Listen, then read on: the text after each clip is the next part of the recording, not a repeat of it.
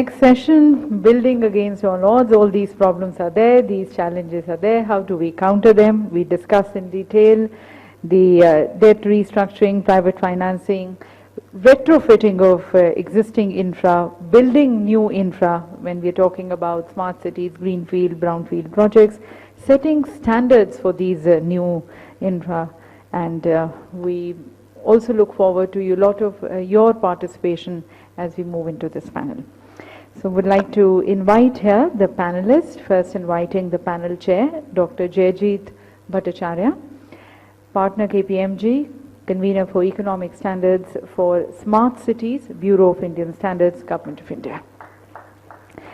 Our panelist, Professor M.N. Srihari, advisor to the Government of Karnataka and road safety expert for NHAI.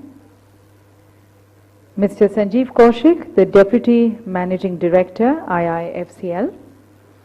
Mr. Sanjay Palve, the Senior Group President, Corporate Finance and Corporate Banking, Yes Bank.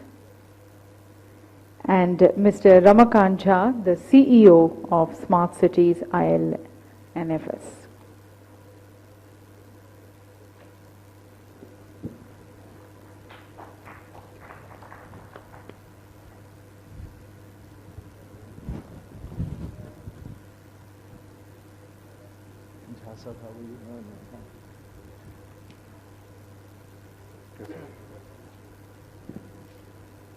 Yes, it's on. So I now request Mr. Jha to please take over from here as we start the panel.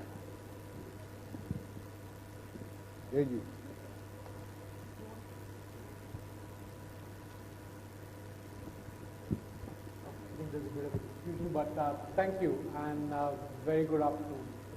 I think most of the issues concerning this panel have been very well highlighted by Mr. Deosali, and I don't think we need to revisit the issues in that sense because it was so well captured. And given that we have a very eminent panelist, I think it will be worthwhile to hear their views rather than coming back with what the issues are. But overall, let me just give a glimpse of what's really going on in the sector. And I have some statistics that I put in over here. As of December 15th, 2015, in power sector there were 65 stalled projects worth over $37.9 billion. Coal, there are 13 stalled projects worth about $4.5 billion. Roads and highways, about 34 stalled projects worth $7.6 billion. And railways is 84 stalled projects worth over $15 billion. What does these numbers really mean? If we do a quick addition, it shows up that these numbers add up to about 3% of India's GDP. And that's a very, very significant portion. And 3% invested into infrastructure would have had very significant multiplier effect. So you can imagine if this investment had gone in, our GDP would have gone up by at least 4 to 5% now. And we could easily be looking at a 10% growth rate as we speak. And that hasn't happened because we have our projects stuck up for the reasons that Mr. Deosali had been amplifying. I think that's basically what we're looking at in terms of why we're having such a situation. How do we handle the various kinds of bottlenecks and how do you leverage the opportunities that are showing up as of today? And I'll start with you, sir. Since you have been advising Government of Karnataka also, what in your views are the key challenges in this sector? Of course, the challenges are plenty. It has been already discussed in the morning. In fact, to talk a little positive way, positive direction, all these challenges should be converted to opportunities. That's where the planners, designers, construction people, they should come into there. In fact, most of the projects in India, as a matter of fact, we take more time to construct it, there is less time for planning. I have seen most of the projects under JNNRM schemes. The March 31st is the last working the financial year day. March 30th they sit it, prepare something and they pass it on to the Government of India for sanctions. Unfortunately, one day planning will take several years execution of the work. There is rather unfortunate schemes it is. Whereas a thorough planning will begin. Other countries they take more time for thorough planning, then they execute very fast. All the bottlenecks what we talked today, what we have spoken today, what is going to tell now, is all because of the bad planning.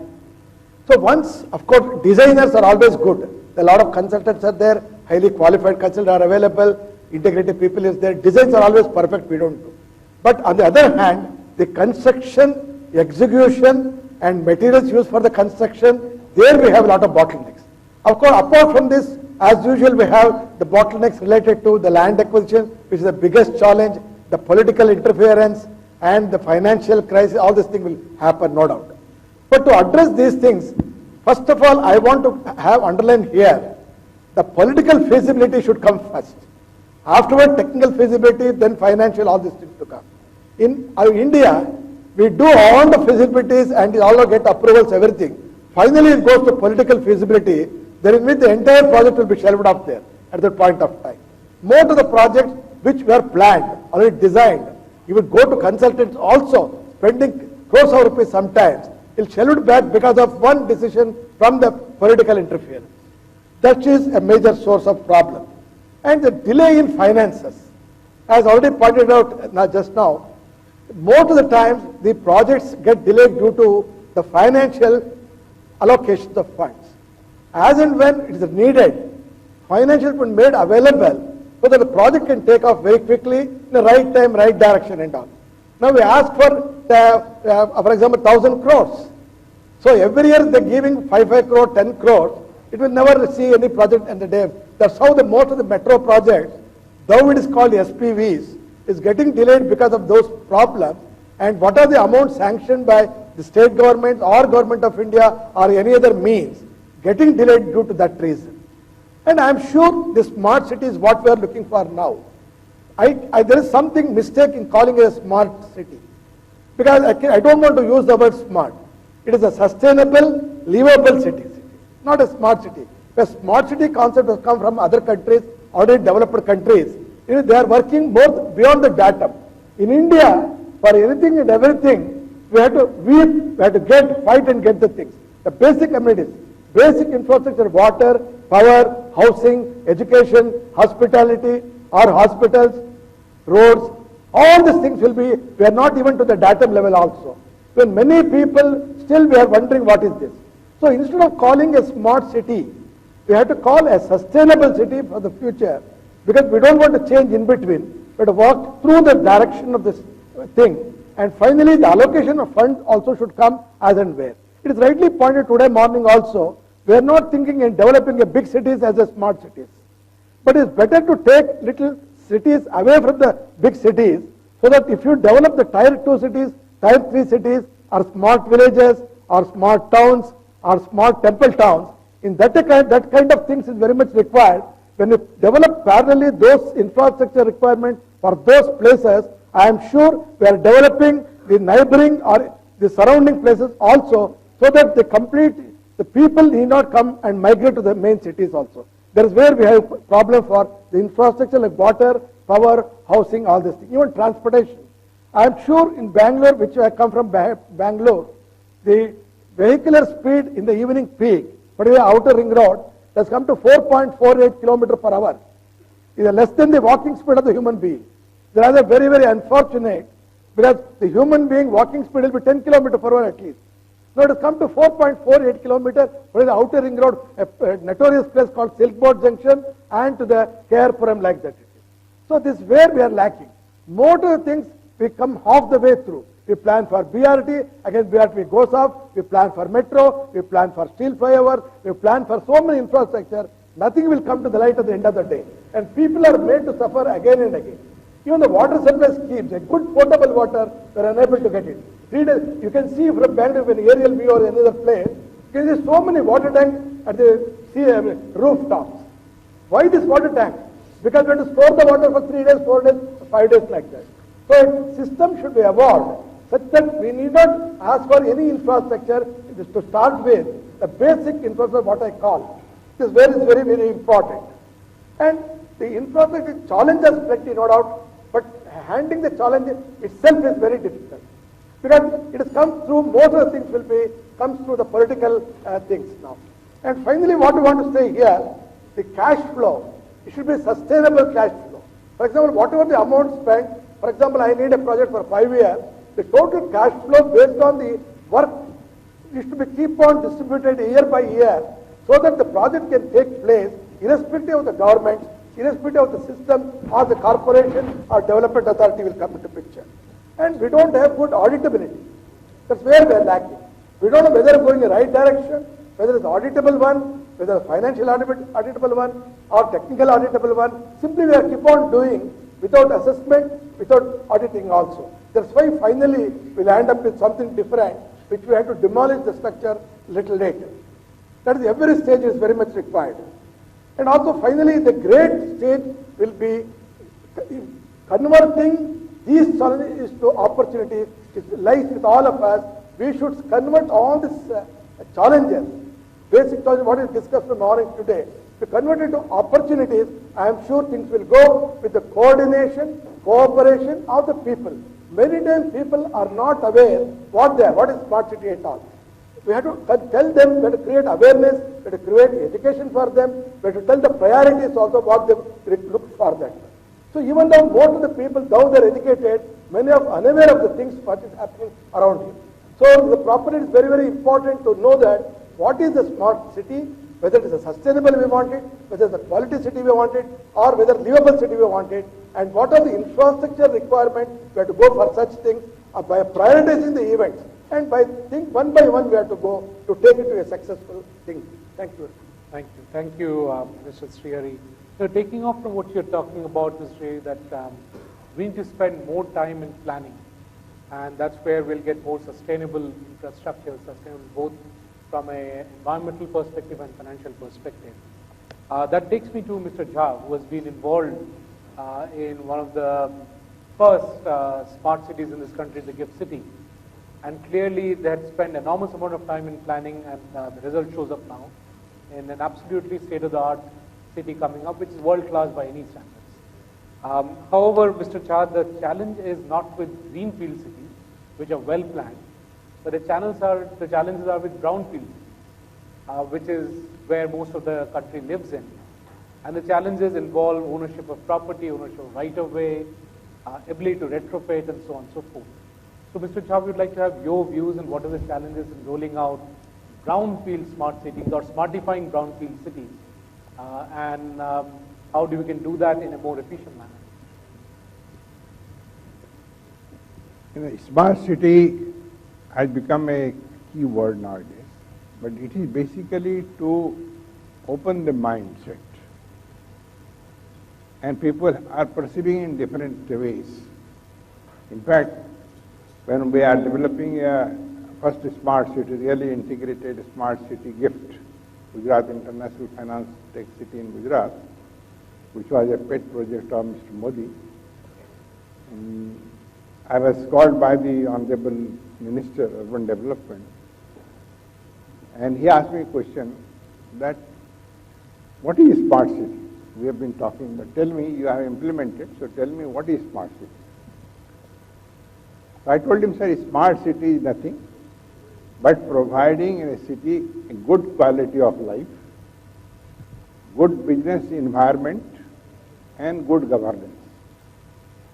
If you fulfill these three things, that becomes smart city. You may give any terminology, but basically first we are concerned with the basic amenities, quality of living. And without economic base in the city will not be sustainable. So there has to be employment opportunity, for that there has to be investment. There has to be business environment for which you require a good environment. And third is this, for ease of doing business, ease of your living, you require a good governance, so that law and order, your grievance approval, redressal, even paying your bills. This becomes very easy if you use technology. So technology comes last. But in fact, most of the people who are today, when we talk about smart city, they put technology as first.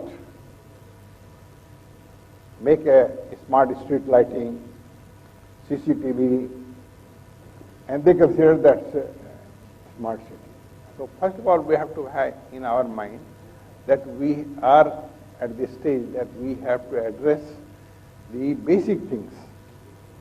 And naturally that has given me a challenge, because telling that giving a good quality of life is very simple word. But how to achieve it? Lot of planning is required. As I told you, it's a little easier in a greenfield project, but in a brownfield project it's very difficult. I give you one example of Mumbai where I have worked for over 35 years. We have been trying to set up AMTA, that is a Unified Metropolitan Transport Authority. And we have been trying for last 15 years. And we worked out that about 20 agencies are involved in providing transport facilities in the city. 20 agencies. Now bringing them together under one umbrella, that is called AMTA, UMTA, has been a big challenge, and we have not been successful. Why? Because of the mindset. Everybody is so possessive in the departmental that they do not want to give up their freedom. Now this initiative has to come as a directive and phased by implementation so that mindset changes. So I find that biggest challenge in brownfield project is the mindset. People are speaking that we should have a smart city. Everybody wants a smart city. But they don't want to change their way of working. I have been interacting with various municipal corporations, state government in my present assignment. And I find that the corporators, Government of India has put a condition that you have to have SPV for implementation of a smart city project. Now, SPV will be empowered to take decision, investment, everything.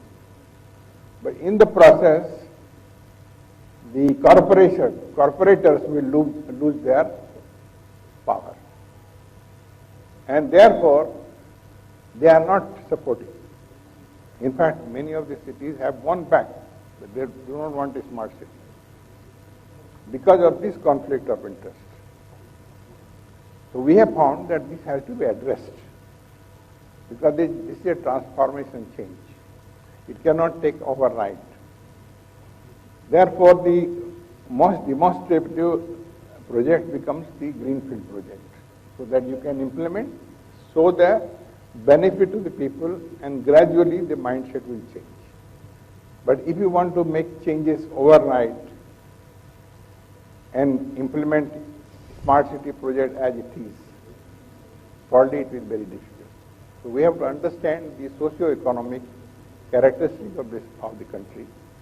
We are not like China, the dictatorship, that you order and it is done. In democracy, everybody has a right to agree or disagree. And therefore, this has to be a chart.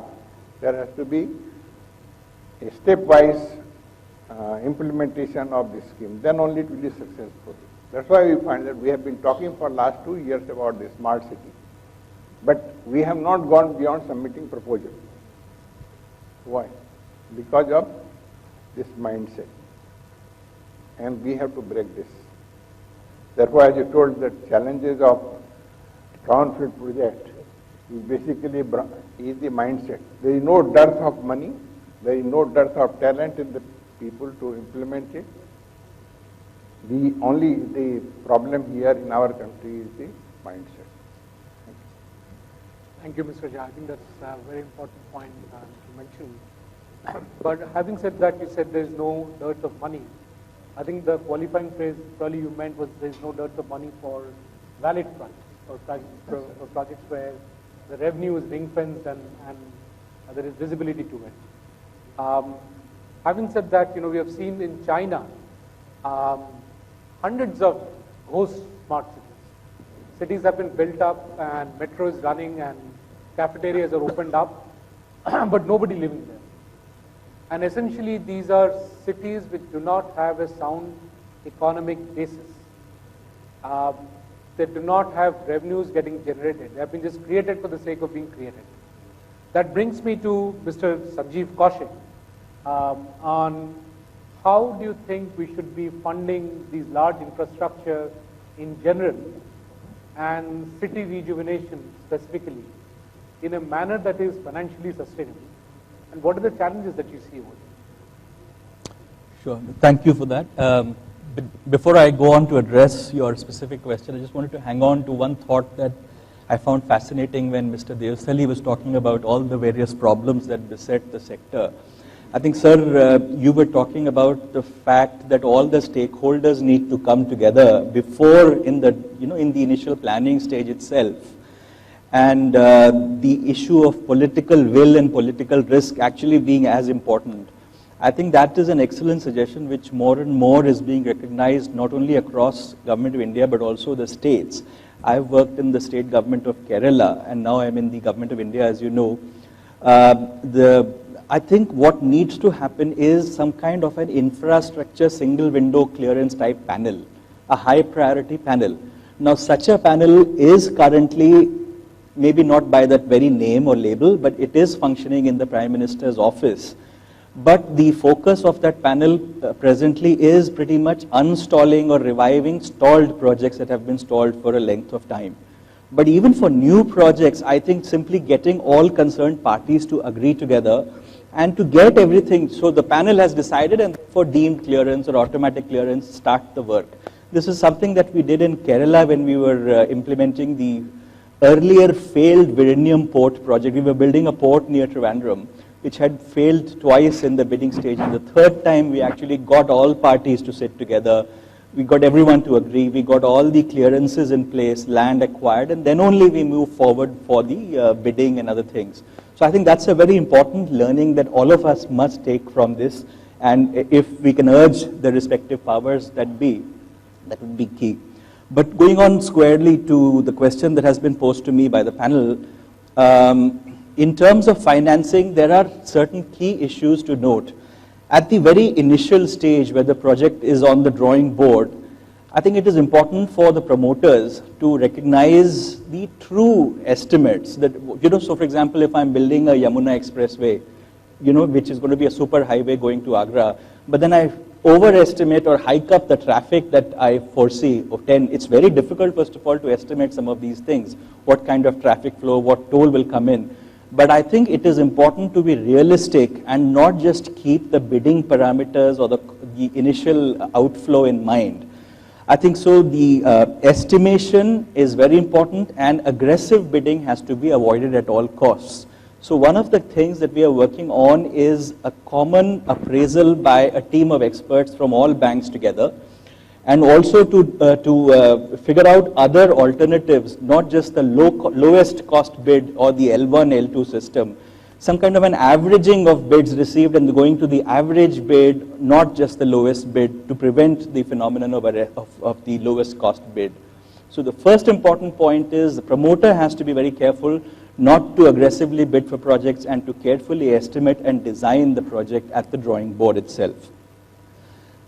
The second point that we as financial institutions are noticing is that a number of promoters are coming forward in some kind of, I would like to call it a greedy manner, because you're trying to take on too much more than you can chew. So you may not have equity, you may have a very over-leveraged balance sheet, but then you still want to bid and get projects in the hope of, growing out of that.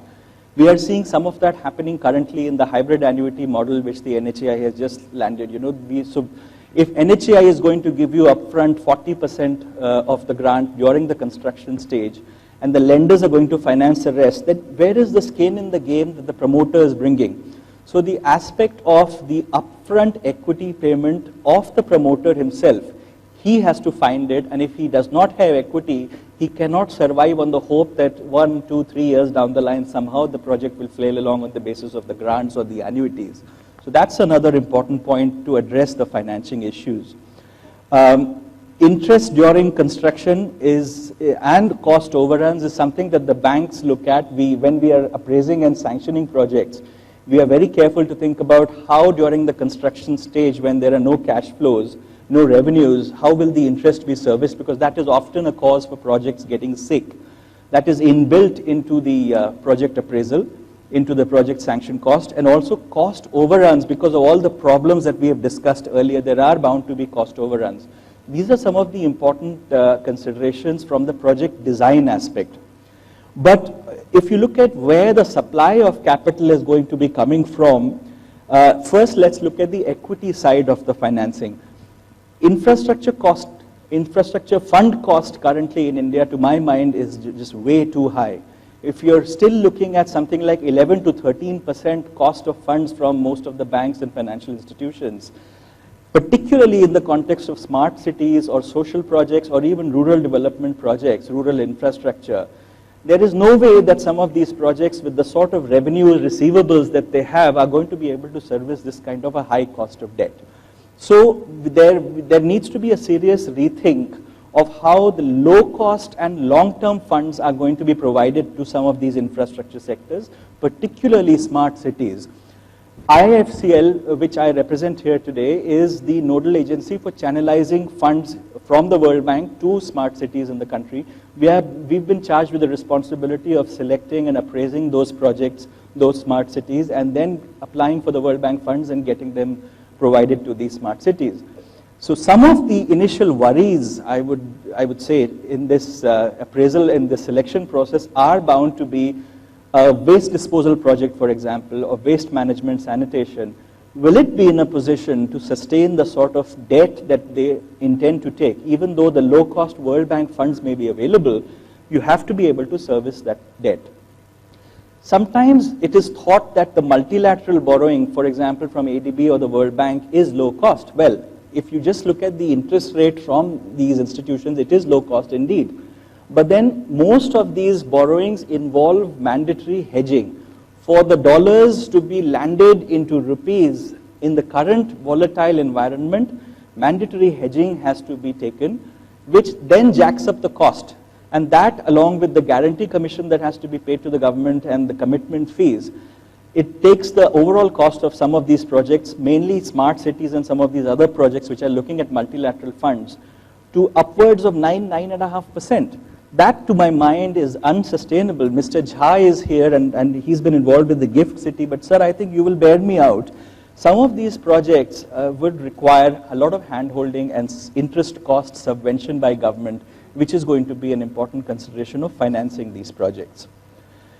Let me also take a minute to mention some of the other products that developers do look at, can look at.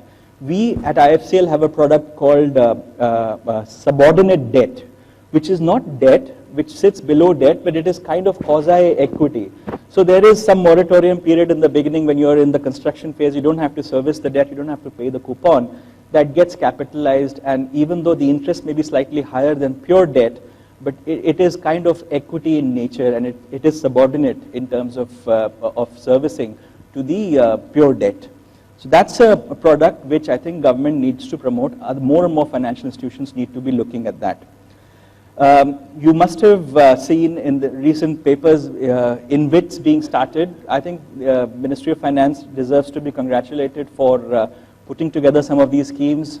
The infrastructure debt funds, IDFs, are already existing. They've been slow to take off due to various reasons which I don't necessarily want to go into. But the entire intention and objective of IDFs was to take out historically high cost debt which projects were stuck with, and take that debt out and free up some of that portion. So the benefit for the developers is that you get refinancing at a lower cost. And for the banks and financial institutions, you get space freed up to lend more to the infrastructure sector because your debt has been taken out. Similarly, InvITs you must have read in the recent weeks, new InvITs have been established.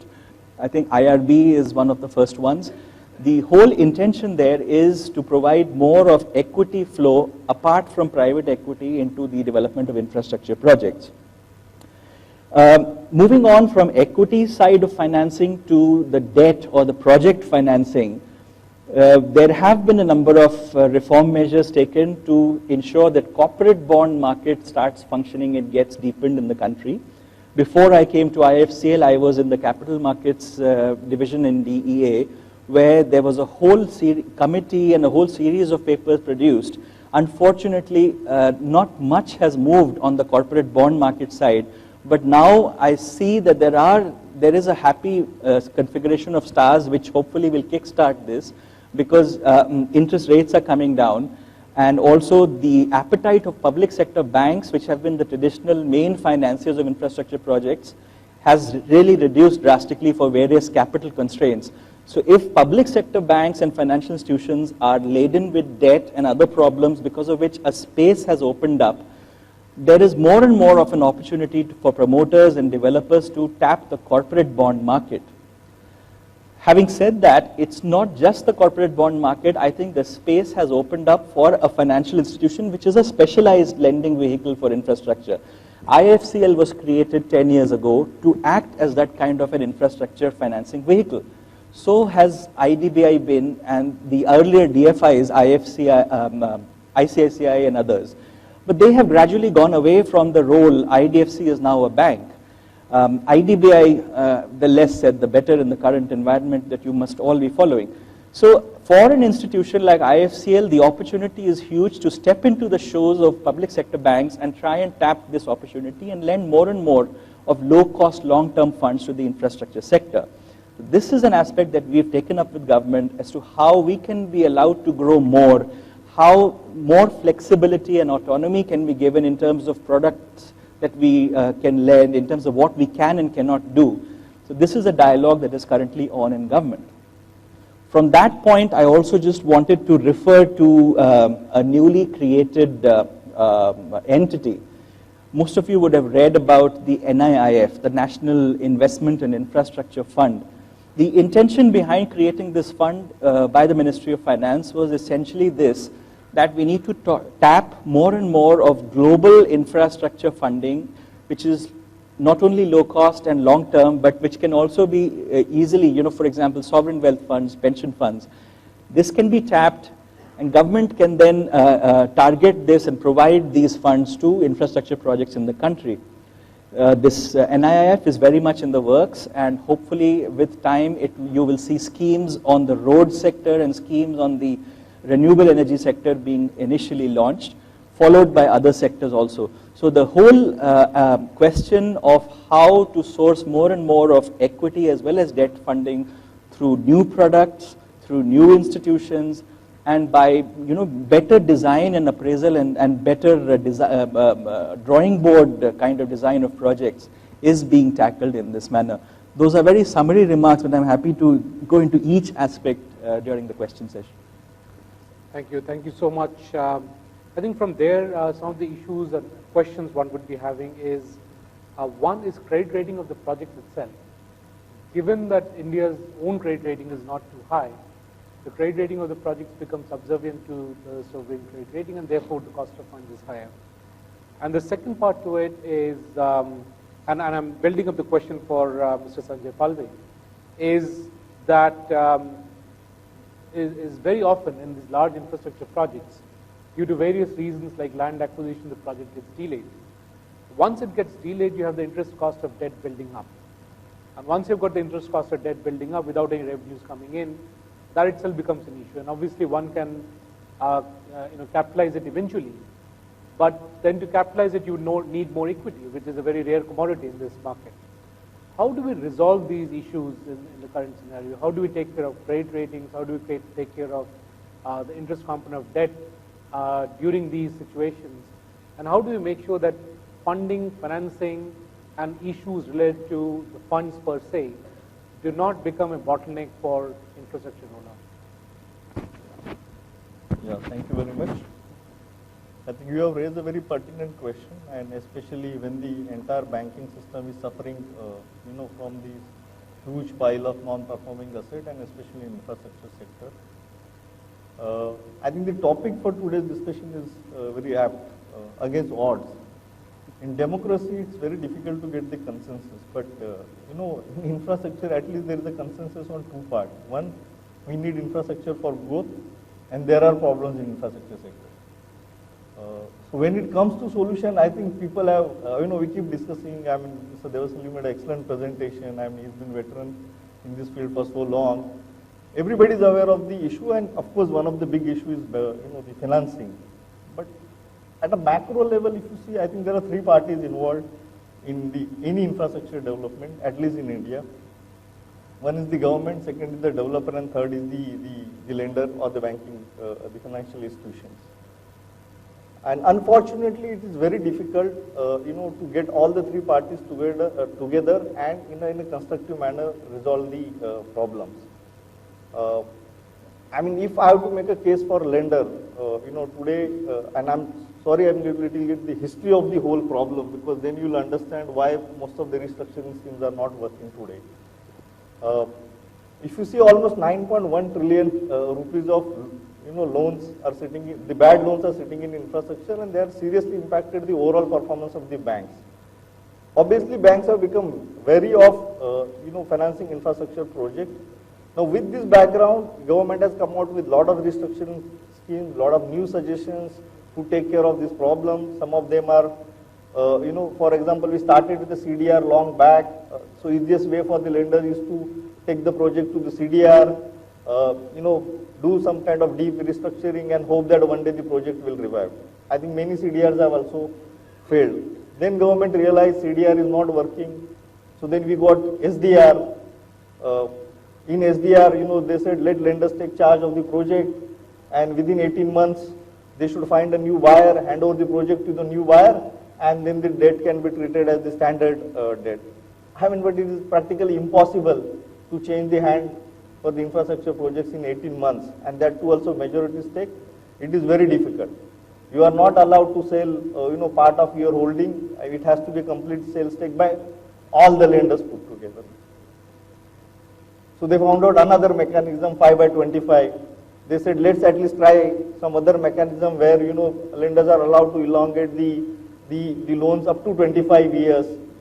But again, there only projects above 500 crores were allowed to do that, and only in infrastructure sector. 5/25 is not allowed for the manufacturing sector. After that, they came out with another innovative scheme called S4A. Now that is the sustainable, debt which you need to restructure. Now, first of all, there was no agreement on how do you figure out the sustainable debt. Again, this scheme is available only for the operational project. So, if you see all these schemes which we are talking to take care of the existing problems, they are mix and match. There is no comprehensive resolution or comprehensive scheme from RBI which will ensure that either the permutation combination of all this put together, we will be able to revive the project. I mean, what is the objective? At the end of the day, lenders want to ensure that one, the economic value of the project is preserved, and at the end of the day, if not in 5 years, but maybe in 7 years or 10 years, we get our money back. Unfortunately, in the entire life cycle development of the project, lender is the weakest chain actually. So either it is the concessionaire or the concessionaire, which is the basically developer. I mean, these are the two guys who decide many things, and the lenders are either dragged or tagged in the process. So if I have to talk about the existing problem with the banks about all these non-performing assets, it's very difficult. I don't think so banks beyond a point has capability to really play a constructive role, in resolving that problem. And this is where we want, government to step in, and especially RBI to step in, because we'll have to segregate the problem. So we have to handle the past history in a certain manner, and we have to look at the future in a different manner.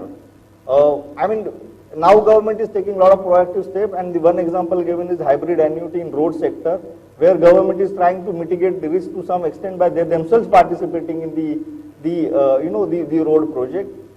But the fact of the matter is, for us to participate in the future, we need some solution for our past. Otherwise, as Mr. Devasali said, I don't think so banks are very keen to participate in infrastructure financing, because a lending where banks have no control over the underlying process or underlying project, I don't think so it makes any sense from the banks from a commercial lending perspective. Unfortunately, the requirement, the demand supply in the infrastructure finance is also skewed towards bank. And if you look at globally, I don't think so banks are financing the infrastructure on a commercial basis to this scale which happens in India, to be frank. Here the only one available is financing is either, the banks or financial institutions will participate and the project financing is done. But that is not the model which is followed worldwide for many infrastructure projects. And hence, I think the pressure on the banks, again for infrastructure lending is too much. So as a result of, this, the past history, the demand supply mismatch and a very little control over the resolution, I think all this put together, banks are finding it very difficult to right now to participate in the, participate in infrastructure financing. I'm sorry to say, when IFCL is sitting here, but the response to the recent hybrid annuity model by the lenders is very poor. Not many banks have come forward to participate, and the one reason can be, as you said, developer doesn't have the skin in the game. But the fact of the matter is, I do not have any control over the land acquisition, environment clearances. When NHI will allow, the developer to collect the toll, when the, the completion certificate will be issued. The process just keeps dragging, and most of the projects in India are killed not because they were not viable. They were killed because they got delayed so much. The IDC has actually killed the projects. RBI never allows us, or never, I don't have freedom, or the lenders don't have freedom, or banks don't have freedom to say that even if 90 days we don't collect the interest, my asset will remain standard. Now you tell me, in an infrastructure project which is implemented over 5-6 years on an average, or 4-5 years at least on an average, how the 90 days is going to make the difference? Do you think the 90-day NPA rule is appropriate for the infrastructure financing? The answer is no. I think then, if you keep discussing these issues, I think we move towards the thought process wherein probably a separate class of regulations or at least the classification is required for the infrastructure financing. You cannot put infrastructure loan into same bucket as of working capital or a commercial loan, because both from the risk perspective and characteristically, these loans are totally different. You need to give more brother to lender for handling infrastructure loans. You need to classify them differently. We need to have some relief on the infrastructure loans in terms of provisioning. We need to have some incentives also on the infrastructure financing. You can, give some certain percentage of the total loan as a priority sector, can be treated as a priority sector from the bank's perspective. So that makes them more, attractive, and probably banks can participate.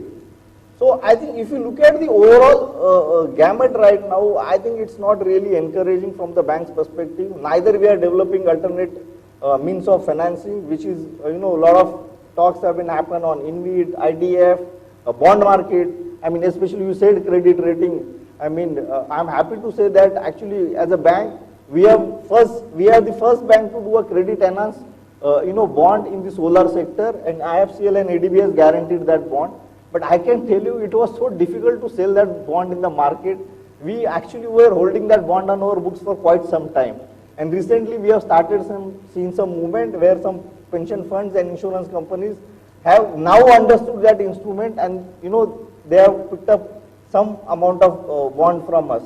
So developing these instruments also is very, very important. Deepening that market is important. There is a separate debt capital market segment available overseas, especially in mature market like Europe and Americas, where the even project financing happens on the bond basis.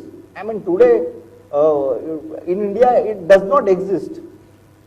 I think construction loan, loan during construction has to come from the banks or financial institutions. That is what the underlying principle is in India, which is completely wrong.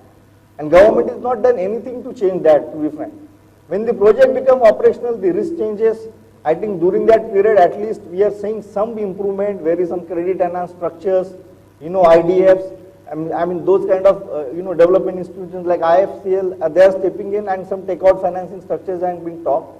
But I think the biggest challenge is during construction, and the maximum relief, maximum leeway is required to be given during this period. Otherwise, I think infrastructure financing is going to be a big bottleneck going forward in building India's overall, infrastructure growth story, and hence, I mean, it is directly going to affect your GDP aspirations, your overall economic aspirations, and there is no really a comprehensive thought given to it how we can resolve, these issues. To be frank, I mean, bits and pieces it is happening, but I think it's high time, especially the regulator, Ministry of Finance, takes into account the issues the banks are being facing on the existing problems, and probably provide some relief. The relief is required to take this story forward. Can I just pitch in there with 2 points? I think I agree with most of what you've said. Just wanted to add 2 points on the way the Ministry of Finance is thinking. One is, as you rightly said, these are different kinds of projects, the lending profile, the borrowing, everything is different about infrastructure projects. So the ministry is currently working on a separate rating system for infrastructure projects and making sure that the same rating methodology, the same rating system that the agencies employ for normal projects is not applied. So that will shortly be unveiled. And the second thing is the important point about credit enhancement. IFCL and some other banks are currently doing, 1 or 2 transactions on credit enhancement, but now the thinking is to set up a new credit enhancement corporation as a separate vehicle which will only enhance, partially guarantee bonds that will be issued. And we are working on that with the Ministry of Finance. Hopefully in the next few months that will also be seeing the light of day. Brilliant. I think that will be quite helpful for the sector. But Mr. Palve, coming back to you, I think you raised very, very pertinent questions and issues. Having heard you, we understand that the hybrid annuity model is not working, which was supposed to be a fix for PPP. PPP wasn't working because the balance sheets got stretched and all the other issues that we talked about. What, in your opinion, are the 1 or 2 key things that needs to be done as an alternative to these 2 mechanisms or as a fix to these mechanisms, which will really help kickstart the sector? I mean, it may not sound really good, but if you frankly ask me, beyond a point, infrastructure development is government job. It's a government job. Yeah, I mean, you take any large project, and I mean, there is if you see even the worldwide, the way infrastructure is developed, China doesn't do infrastructure on PPP model. I mean, I once visited China, and we met some lenders, including some international lenders, and they did some toll financing there. And when the project became operational, the toll dipped, and in terms of governance and other things, those banks just issued the notices to the Chinese government. Actually was the developer. I mean, the government called all the banks, and overnight they refinance everybody with the Chinese bank. But keeping that aside, if you really ask me, within this constraint, if we have to move forward, and what from the lender's perspective, what should be the 1 or 2 key things, then I would like to summarize as follows. First, I think for the existing loans, yes, as long as the economic value is preserved, a comprehensive, restructuring package is required, whereby lenders get relief on the capital they need to provide for the existing bad loans. And second, going forward for the new loans, I think a separate set of classification is required to give them more breather to handle this kind of problems. Mr. Shiri, coming to you, we heard some suggestions that there should be a central body to clear all projects and so on. But I've been working closely with the body set up by Prime Minister's office, which doesn't really work with fiat. It works through suggestions in that sense, because clearly the central government doesn't have any jurisdiction over the state government. Also leveraging the constitutional amendment 74 and 73, both the ULBs and the PRIs, Panchayati institutions, are autonomous in that sense. How do we really manage the center-state relationships and the local body relationships so that projects can go smoothly? See, generally in such case, center is a different set of government, and state is a different set of government, and corporation may be something mixed like that.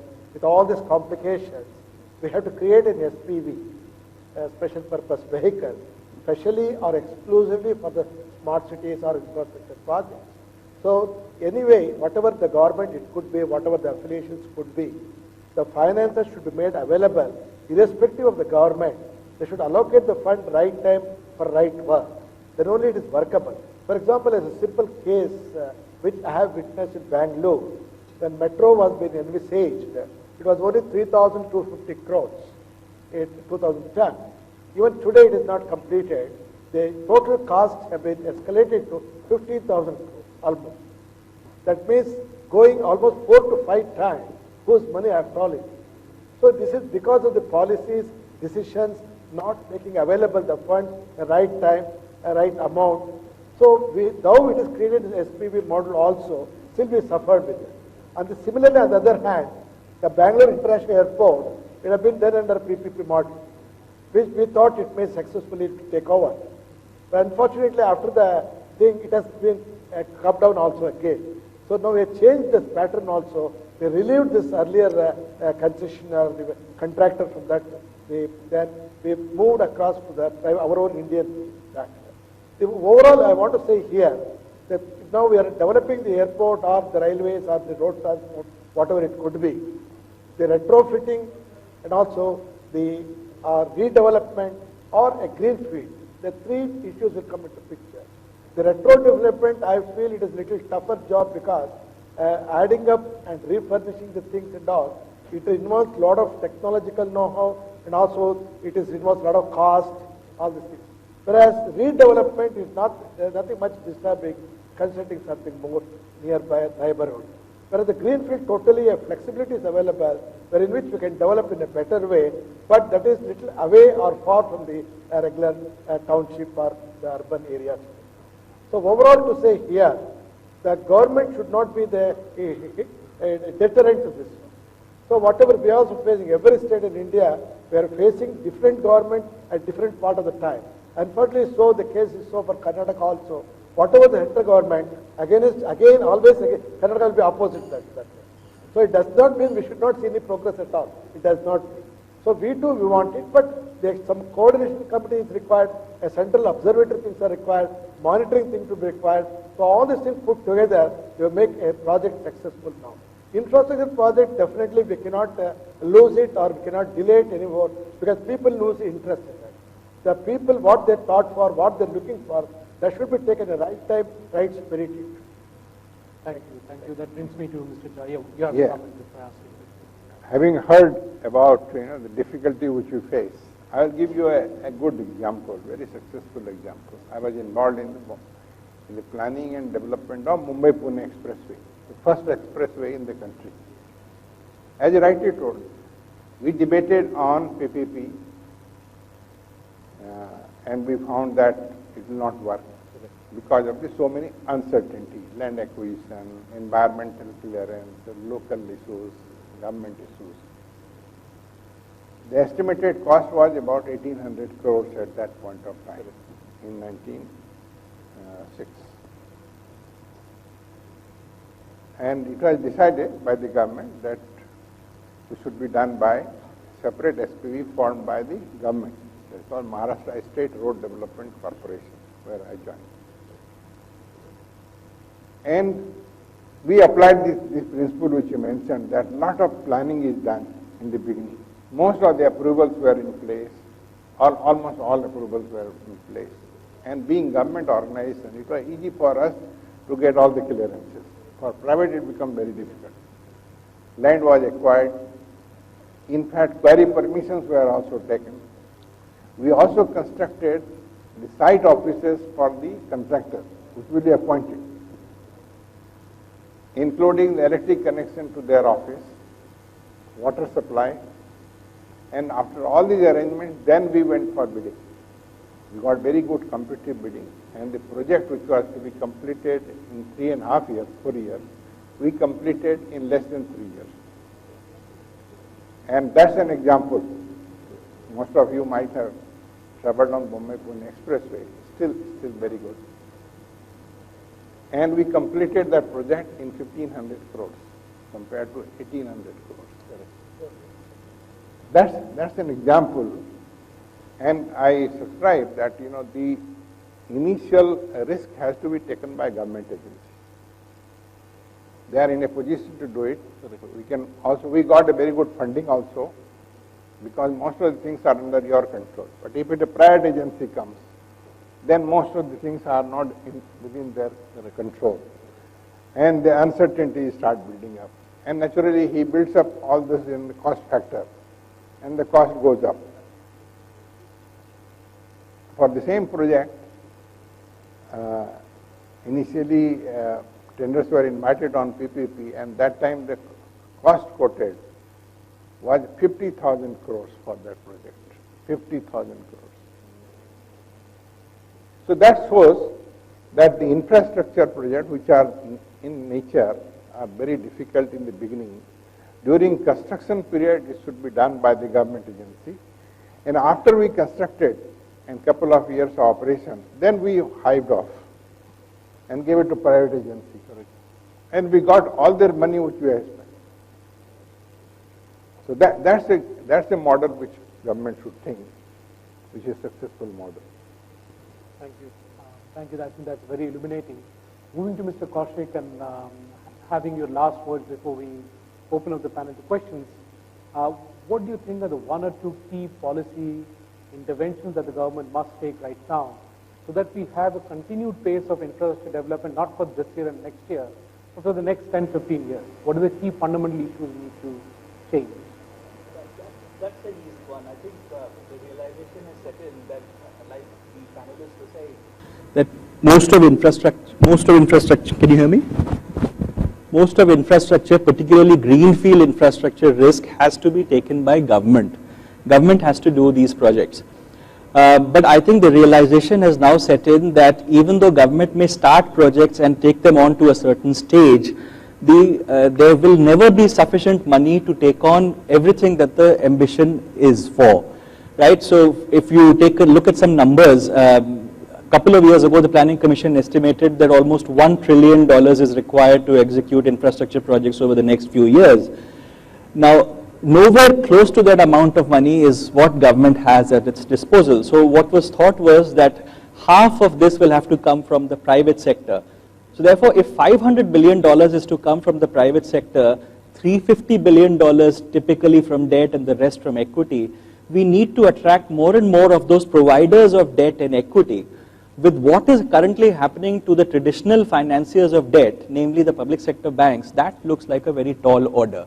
So the first point to understand is that government should be taking on more and more greenfield risk simply because nobody else will. Your people will only come for commercial returns, they will come for risks that can be quantified and managed carefully. So government will have to look for these projects and then quickly get out of them. To give an example of the way this is being done is the new TOT model that the NHAI is following, the toll, operate and transfer. You've built a highway through EPC using contractors, then after it is achieved COD, government can then sell off the rights for tolling and operating that project to other funds and others. So currently we are talking about almost 75 to 80 of such projects that NHAI has which are coming up for rebidding. They are going to be parked in a kind of a fund which will then be sold to private investors, the kind of investors that we were talking about earlier, global pension funds and sovereign wealth funds, who are interested in these projects because there is no greenfield risk anymore. The projects are already completed. So this achieves the purpose that government is able to get out, recycle its capital for other more deserving projects at that particular point of time, whereas you invite infrastructure, commercial type investment into some of these sectors. So the main point to recognize is let government come forward and help take off some of these projects, but then also exit at the right time and recycle the capital. That's the one point that I thought. We did the Bombay Connect. That's a very good idea. Great, thank you. I think we have almost run out of time, but if there is any question from the delegates, we'd be happy to take that. Sir.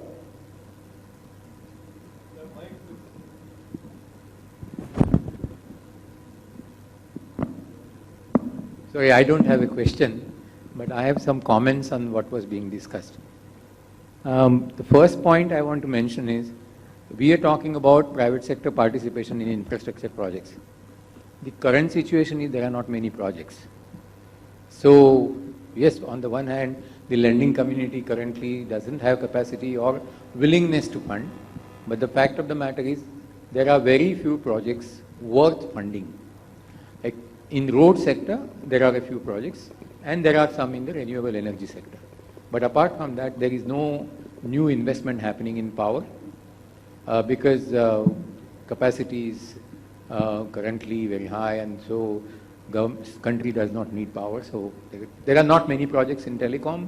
So if you look at large infrastructure sectors, there are very few private sector projects which are available for funding. The second point which I want to mention, that is one. The second point, I agree completely that government cannot fund entire infrastructure in India. Yes, in other countries it has happened, but in India it's very difficult given the fiscal situation of the country. I do not think that in the foreseeable future everything will be funded by government. So private sector will have to participate. So ultimately what is required to be done is we have to decide how do we share risks. And this is the model which this hybrid annuity and some of these innovations which are being made is arising out of this risk sharing concept. So that is required to be done more and more. And this, as sir mentioned about the Mumbai-Pune Expressway, it is a similar model. They did exactly the same thing. They constructed and thereafter they hived it off. So similar such models need to be evolved. The third point which I meant to mention is, in my opinion, a lot of efforts are being made for development of corporate bond markets, which is very important and essential.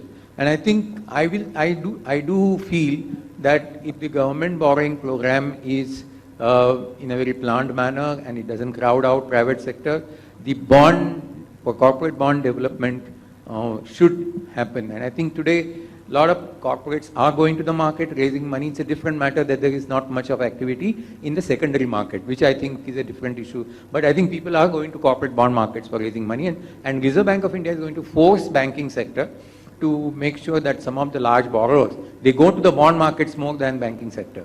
So this is the third point. I do believe that there is, in the next few years, efforts are being made, and that will be an extremely good development for funding infrastructure. And the last point which you mentioned about planning, I think there are some success stories in India. What happens in our country is that we talk more, and I also talked about problems, but there are several projects which have been successful. And I think we need to make good quality case studies. Why are these projects successful? In every sector, in Mumbai-Pune Expressway, if it is a success story, what did we do right in that? Similarly, there are road projects, there are renewable energy projects, there are ports which have been successful and they are doing very, very well. So I think we need to make sure that these case studies are studied by the government and the private sector and also the lending community, so that the understanding of building infrastructure projects, financing infrastructure projects and running, that becomes smoother and easier. So we need to build good case studies of our own country. And there are at least 20-25 very successful projects which are running in the country through this PPP model. So that should help. That's it. Thank you. Sir, if I can ask two questions. You were also referring to these projects when you were giving your remarks. So for example, a western state, I don't want to name, a project may be very well designed, it may generate a lot of good, gigawatts of renewable energy. Everything is fine until the state government decides it will not honor its PPA, and therefore the project is not getting for 10, 11 months the dues that the state government owes. I mean, we all know this case. I don't want to name names here. The best of designed projects are subject to these whims, and I'm myself a bureaucrat, I shouldn't be saying this, but the whims and fancies of the different state governments or the change in government. Another project in the same state, a well-designed highway constructed, but suddenly the government of the day decides to exempt from toll or decides that free passes or certain classes of VVIPs will not be tolled. What do you do in such cases, even though you may have taken every precaution and done a very good execution? Well, I think I don't have an answer for that. If the government starts reneging on its contracts, I think nobody will invest in infrastructure. That's the point which I was making. I think it's very important for government to understand that if you have signed an agreement, you better honor it. If you don't honor it, then in that case, nobody will invest in the country. It will be very, very difficult. And what is happening in this power sector is frightening. People will shy away from investing in those states. If you don't get money for 10, 12 months for your power which is supplied under a contract, where there is a valid power purchase agreement, it's very difficult for me to imagine anybody investing in those kind of states. So this is a problem. This is a definite risk. However, I think you need to have a mixed bag. Probably people need to say, how much do I invest in this sector? So finally, the developers or promoters will take a calculated risk and take a decision. And maybe some projects will be good, some may be bad, something like that will happen. But I think it's a serious matter, and this matter needs to be, in my opinion, taken up at PM's level, PMO, and then there has to be a discussion with the state government that if you don't want to buy power, don't sign power purchase agreement. If you sign an agreement, you better honor it. Thank you so much. Thanks for all those observations. I think we had an excellent discussion on issues related to structuring, issues related to procurement, to financing, and to operations and maintenance of these infrastructure. I'm sure this conversation will continue beyond this panel discussion, and there are many issues that are left unanswered. But with that, I'll thank the panelists for their time. Yeah, thank you to all our panelists. I would once again like to invite Ms. Archana to kindly present the mementos to our panelists, starting, I think we start from the moderator itself, thanking Dr. Bhattacharya.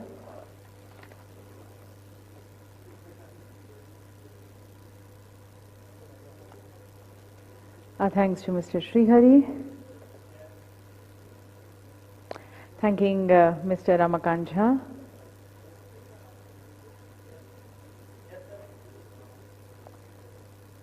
Thanking Mr. Palwe.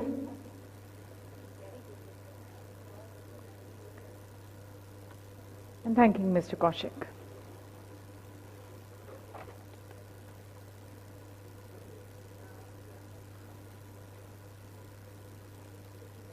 We'll have a group photograph and then we close the session.